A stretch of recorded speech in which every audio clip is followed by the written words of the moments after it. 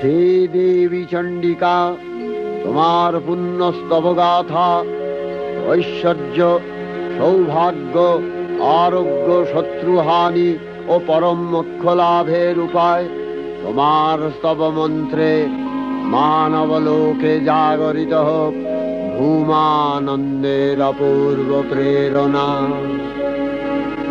देवी प्रपन्नार्ति हरे प्रसीद प्रसीद मातर जगतो अखिलस्य प्रसीद विश्वेश्वरी पाहि विश्वं स्वविश्वरी देवी चराचरस्य आधारभूता जगतस्त्वमेका महीस्वरूपेण यतः स्थितासि अपां स्वरूपस्थितया तवैतदप्यायते कृष्णम् अलङ्घ्य वीर्ये त्वं वैष्णवी शक्तिरनन्तवीर्या विश्वस्य बीजं परमा।